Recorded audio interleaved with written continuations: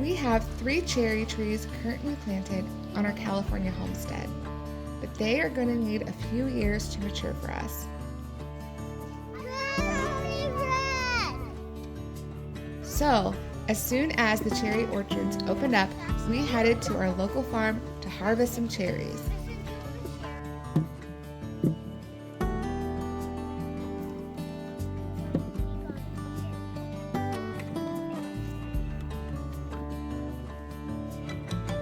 It took us about an hour, but we left with 25 pounds of cherries to eat fresh and then also preserve. As soon as we got home, we got straight to preserving. Because we live in California and have access to in-season fruit all year round, I don't do much preserving of fruit, with the exception of strawberries for jam and cherries.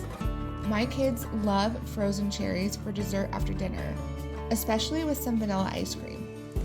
The majority of my preserving is halving, pitting, and vacuum sealing cherries that will be stored in our freezer to have over the winter. After an afternoon of filling freezer bags, we ended up with 6 pounds of frozen cherries.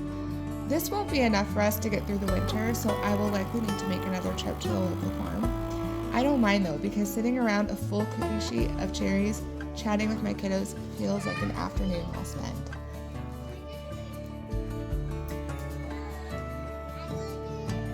The next morning, I got to making some frozen treats, and first I started off with a cherry sorbet.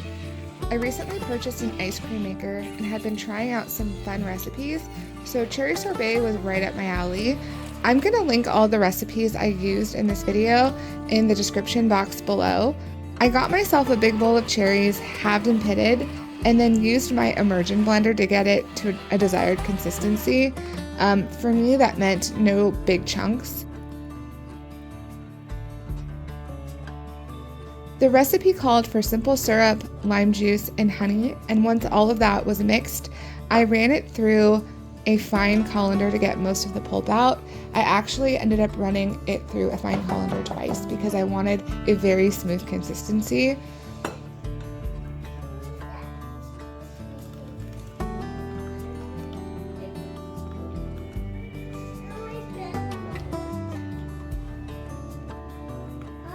Then after I got the consistency I wanted, I refrigerated the juice in the fridge for about an hour. After an hour, I ran the ice cream maker for about 30 minutes.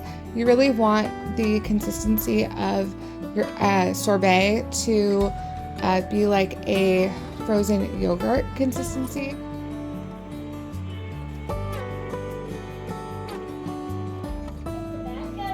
Yeah. All right, kiddos, you want to lick this?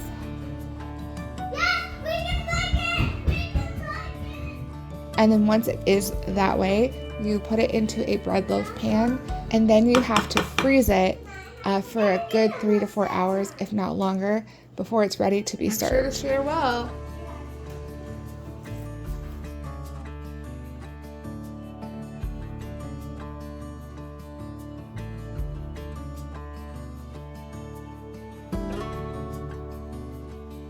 Next, I got to making some cherry popsicles. I wanted to make 2 versions of cherry popsicles. One is more like a cherry cream popsicle, and then the other is just kind of like a cherry lime popsicle.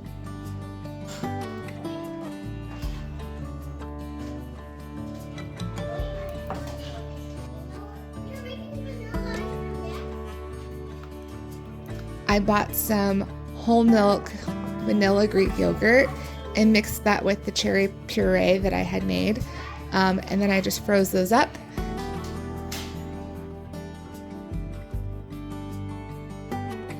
And then for the cherry limeade popsicles, I just added water to what I had left. I put a dash of lime juice and then sweetened it with some maple syrup. So for me, I probably won't do this that often. It's just because I wanted to try my hand at a cherry sorbet.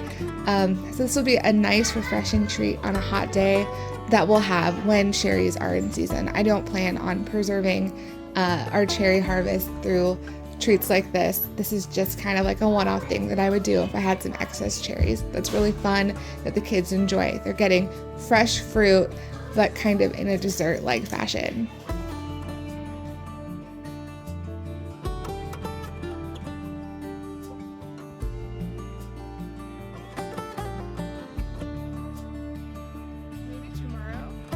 Another way of preserving cherries that I wanted to try was using our Excalibur dehydrator.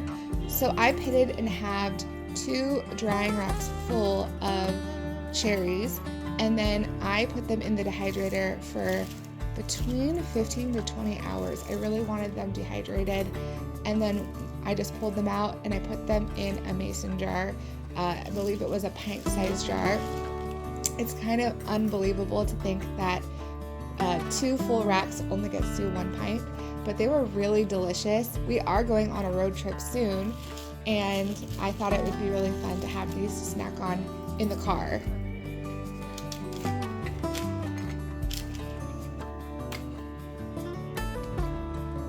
The last way that I plan to use these cherries is to make a cherry galette for Mother's Day. I find that making a galette is so much easier than making a pie. So I am going to use my pie crust recipe, which makes 2 pie crusts, and then I'm going to make a cherry filling. I'm not going to be fussy about it. I'll probably just add some sugar, a little bit of salt, obviously cherries, fill the center of my pie crust, and then fold it over, and then put a little egg wash on it and bake it, and then we'll probably serve it right away. So I can to always have crust either in the freezer during this season, so that if I have a harvest of something and we want a sweet treat for dinner, a galette comes together so fast. For me, this is something that I want my kids to always remember, that Mom used the harvest that we had and created fresh galettes for after dinner. It's something they can always look forward to as they're learning about food and fresh food, and enjoying the bounty of the season.